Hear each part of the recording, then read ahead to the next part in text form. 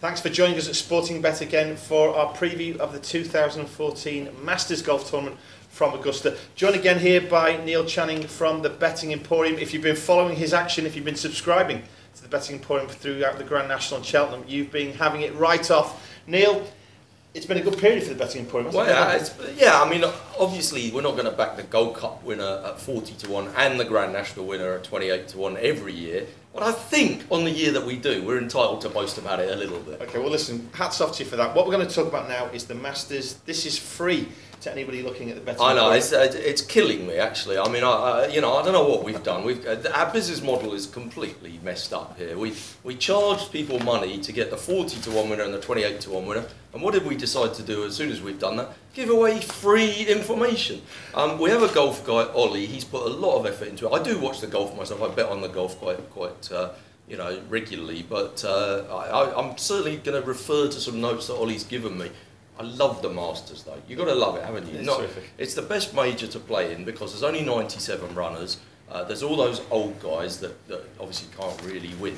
You've got 24 debutants this year, including a whole bunch of amateurs. I'm going to put a line through those. Some of the stats really hold up in this one. You know, the debutants don't win. People, they miss cuts year after year after year in the Masters. People that can't shoot in below 70, they don't win the Masters ever. You know, if you haven't had a round under 70 for a couple of years or in the Masters, you just don't win. So there's lots of people you can rule out. And I think, the bookmaker's doing are you doing first 5 places? Well, first 5, yeah. Yeah, first 5 places is, you should be doing first 5 places, obviously, but it gives the punter a real good chance, I think, with each way because, you're backing players at 16 to 1, 20 to 1, 33 to 1.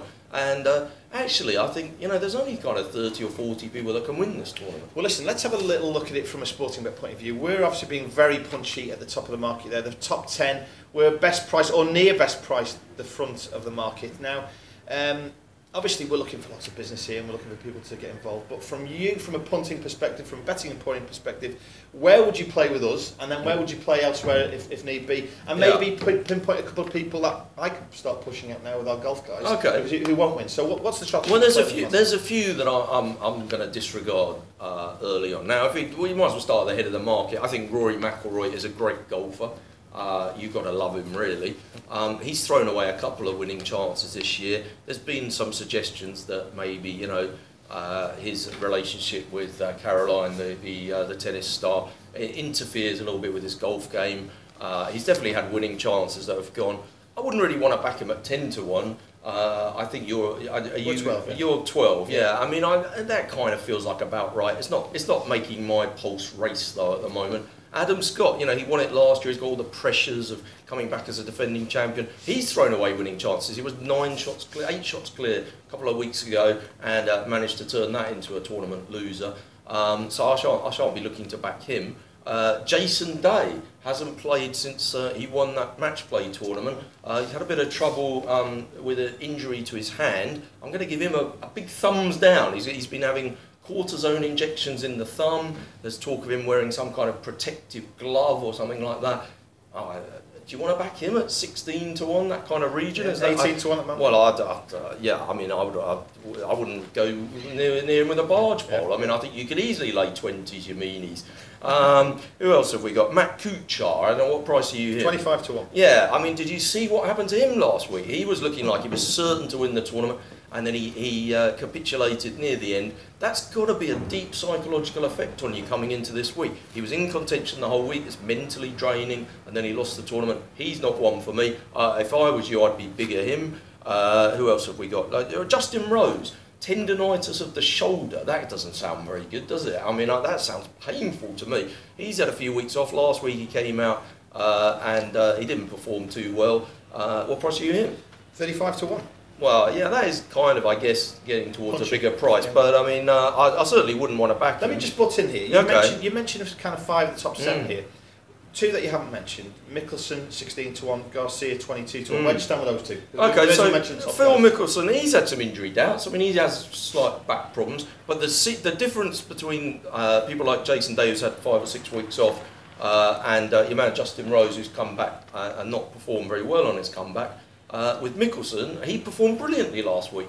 He's obviously very good in the Masters. He has a great record. The way he hits the ball is very suited to the course. Basically, the course characteristics are big hitters, good around the greens. You know, he's got the perfect game for it. But he's knocking on a bit. No offence, Phil, you know, but we're all getting older. Some would say that he's going to focus this year very much on the US Open because that's the major he hasn't won. His timing into this, although he performed well last week, is not brilliant. And maybe not for me this week, really, Phil.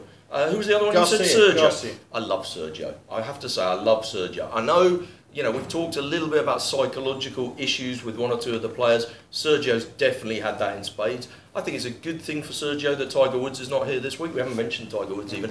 Tiger Woods not playing in the tournament, which is amazing. But Sergio, you know, maybe that kind of clears a lot of the clutter and debris away from his brain of people asking him about Tiger, bumping into Tiger in the locker room, that kind of thing. He's had a really good year. Let me quickly refer to my notes to tell you, of course, he led this tournament after the first round last year. He was in the top 10 last week. He won the tournament in Qatar. His putting and short game has improved immensely. He's playing really well at the moment. He's at the top of his game. Mentally, I know he's not totally tough, but he has been there, seen it, done it. It's hard to win golf tournaments, you know. Just being up there all the time is a pretty good thing. So he's a bet for you? He is one of the 5 bets that Betting Emporium have put up. I won't go through and tell you the whole 5. Okay. We might be here all day otherwise. You can go to the site, register. You can see it for free. Okay.